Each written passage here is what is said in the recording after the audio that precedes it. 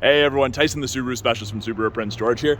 Very excited about this. This is our first 2023 Subaru Outback. Now this one happens to be the limited trim, so this is a more fully loaded trim with the 2.5 liter 4-cylinder, and it's in the new cosmic blue. So the camera's really not doing a good job of capturing this color.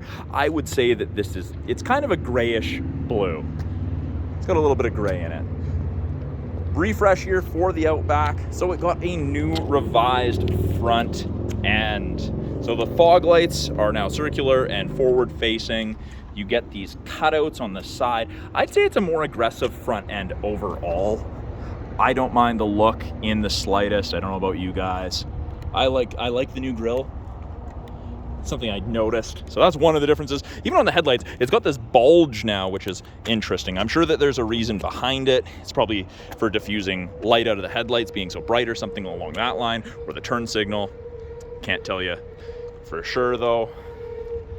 Yeah, that new blue is really nice. The Cosmic is great. Something I did notice, this is a limited. We've got blacked out mirror caps.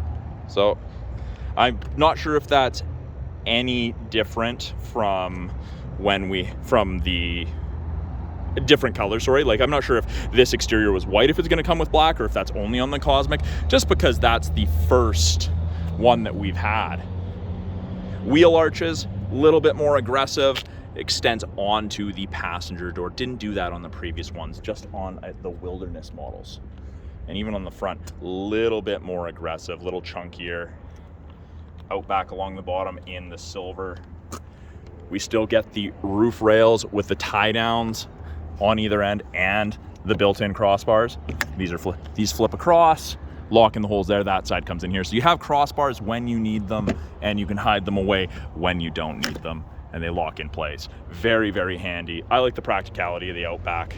The Outback is my favorite vehicle to drive in the lineup. It's what I'm most comfortable in.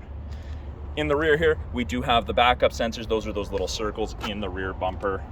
They'll actually apply the brakes so you can hit something in reverse between speeds of 1 and 15 kilometers an hour. Now, to open the rear hatch, I can do it from the key fob. It's the third button down, it's just a press and hold. I've got a proximity sensor. I can do the button on the door, which right between these two stars, there's a little rubber switch underneath it. Or I can do it from the driver's seat. But if your hands are full, you've got the key on you, block the logo, it beeps, and you back up. Handy carrying pets or got children in tow, stuff like that. It's great. A lot of room in the back of the Outback. Tall, wide, very deep. Cargo tray is a standard piece of equipment that the Limiteds come with. Got a little bit of a lip to contain any spills. Put a bag of garbage or something back here. Hopefully it contains it for you. Privacy cover is standard as well. This is 2-stage, so you've got first stage and then second stage. So this still does hide it, but it allows you to put some taller objects under it and still keep them hidden. It is easy to remove. There is just a little button right there to remove it, and this entire piece actually tucks underneath the false floor here. On the sides, we have grocery bag hooks on either side. Put your grocery bag loop around it, stops your groceries from tumbling all over when you take corners. The Limited comes with the Harman Kardon audio system. You've got your small subwoofer back here. You've got nice hard tie downs for this one just came in, hasn't been fully PDI'd yet. 4 tie downs, 12-volt outlet, charging point. And then in the event you need to fold any seats flat, pull the handle, down it goes. Really, really easy to do. Now, we do also have LED cargo light, and we can pull to close. We can press the button to close. You can do it from the key fob or the driver's seat, or you can press that. It's not, like I said, it's not PDI'd. Oh, there we go. Just had to press it hard enough. It'll close and then lock. There you go. All the doors are locked now. So you don't have to fish your keys out or walk back up front to lock it. So, Subaru logo is the unlock button. Kind of odd, I know. Now, this has the quote-unquote platinum interior. So this is the lighter interior that's offered on some of the Outbacks, only with certain exteriors. So I would say it's a light gray.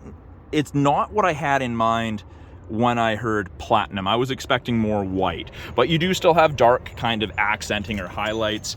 For example, the back of the front seats is dark. We've got map pockets on both the rear driver and passenger side. We've got heated seats, high and low for the 2 outboard passengers, USB-C and USB-A sockets for charging, keep everyone connected on those longer trips, vents out of the center console. And then if there's only 1 or 2 passengers, you've got the ability to fold the armrest down with cup holders. And this right here allows you to recline the seat. So if your passengers want to relax a little bit, you can. I actually quite like the platinum / light gray on the doors. Bottle holders there. I think it's a very sharp look, goes well with it. Child locks, down is locked, up is regular. With it being a proximity key just needs to be within 46 inches. Lock the doors by touching the lines, wait a second, and it unlocks just by putting your hand in the handle. And again, you end up with the same sort of highlights on the front as you do the rear. We've got 2 position memory settings for your power driver's seat. Good headroom, good leg room. Tilt and slide sunroof right here. The only things that the memory will not remember is your lumbar support level and your manual thigh extender, which is great for longer trips for longer legged folks. Of course, they put Harman Kardon wherever they can to show it off. By the driver's left knee, you have the ability to open the rear hatch, control the brightness for the scroll wheel for the gauges, and then if you don't like the proximity sensor for the rear tailgate, you can actually turn that off. Just push it in. That's deactivated then.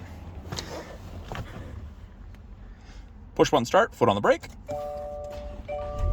Some LEDs pop up there. That's part of the eyesight safety system. It'll give you kind of a heads up display with the safety tech, what you're doing wrong, where it's saying a warning is.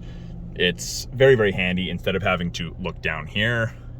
You will also get audible, but that is a nice aid. And I'm probably gonna get some sun glare here, so I am just gonna move into the shade. And here we are. So this steering wheel is tilt and telescopic, so you can adjust it for drivers of varying heights and arm lengths. Steering wheel is a little bit different for the 2023 versus the 22. So most of it has to do on this side. So they've changed this around. There's no longer these little arrows here to cycle through the screen right there. That's actually off this toggle. So up or down doesn't matter. Gives you different pieces of information depending what you want to look at. They've changed the source button. They've moved these accept and hang up and decline phone calls buttons for the Bluetooth. The audio is now on a left-right as opposed to the toggle that it was before. So this is a little bit different if you're coming out of an older Outback or actually any older Subaru in general. This is new. It's different, something to get used to. I noticed it immediately. We do have paddle shifters on the steering wheel, left and right. You can manually select your own gears if you would like to. The right-hand side, we have our adaptive cruise and our lane centering. So they've actually changed these buttons, and this is more of a tactile thing than a visible thing, but when it's different. The travel's not quite as far as the previous gen. But when you turn it on, you can actually, I'm sure you can hear it in the video, but there's more of a click to it than the previous ones. It's a nice feel in general. It really is. So when I turn on the adaptive cruise, you get the 4 bars all the way down to 1 bar ahead of the Outback. That's the follow distance behind the vehicle ahead of you that you follow at if you catch up while using cruise.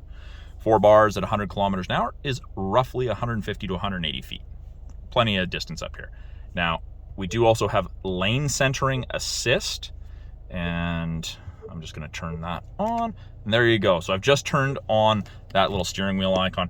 Above 60 kilometers an hour, if these 2 color stereo eyesight cameras, those black boxes, can see the road lines, it'll illuminate the gray lines on either side, white on whichever side it can see, and then it will actually give gentle steering input either way to keep you in the middle of your lane.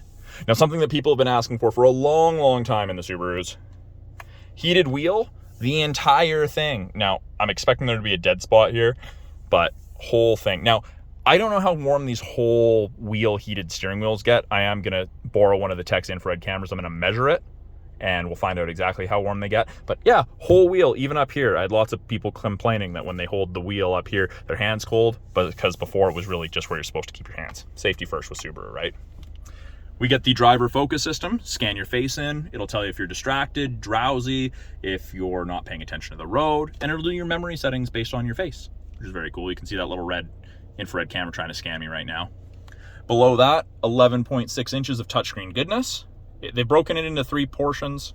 Top portion, you've got what you're listening to, navigation destination, widgets. Now you can change those around if you don't like those particular widgets. You could put the speed limit, stuff like that.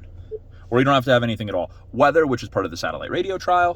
And then X mode. So X mode is like 4x4 low in a pickup, locks the all-wheel drive, power 50% rear, 50% front, changes your transmission ratio, your throttle response, lots of stuff. It's for that really gross off-road stuff. Most people are never going to need to use it, but it does take a very capable vehicle and make it even more capable. Middle portion, we've got our tiles, we've got our map, and something that they've changed for this, you can go full screen with the nav, apart from the climate controls, of course, but that's new. Apps, Apple CarPlay, Android Auto. Now it is wireless Android Auto and Apple CarPlay, and you can see Android Auto's there. I have connected my phone to this, so that's why that's illuminated. That's why Apple CarPlay isn't. I know it says no Bluetooth device connected. I've purposefully left that off. It messes with my filming. When you put it in reverse, backup camera comes on, rear assist braking, so that's the automatic emergency braking, and that in reverse, and then parking sensors, and it shows you the top of the bumper. You can clean the backup camera from inside the vehicle just by twisting and holding this back. Seems gimmicky, but it really is the best thing ever in the winters up here in the north, with all the slush we get. To turn off the auto start stop, right there, the light on the dash goes orange. Pretty much in Subaru's world, if there's something in orange, that's either caution or something is disabled. This is how you go about hooking up phones. They've changed it. They've made it really, really easy. You've got multiple driver profiles that you can add. And then when you press the little image of the car, you get vehicle controls like steering responsive headlights you can turn off, auto start stop, driving assistance. If you didn't like the fact that the lane centering will keep you in the lane, you can have it so it's just a buzzer.